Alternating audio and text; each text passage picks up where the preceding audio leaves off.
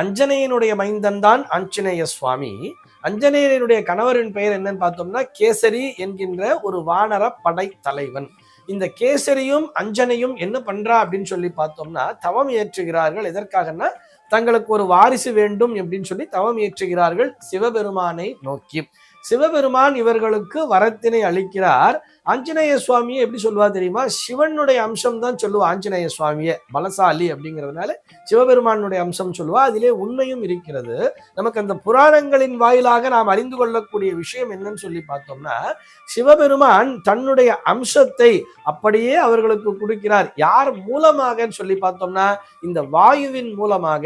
இந்த வாயு பகவான் தான் இவருடைய அம்சத்தை அப்படியே கேரி பண்ணிட்டு போய் அஞ்சனையிடம் கொடுக்கிறார் அப்படிங்கிற மாதிரி தான் அந்த புராணங்களானது சொல்கிறது.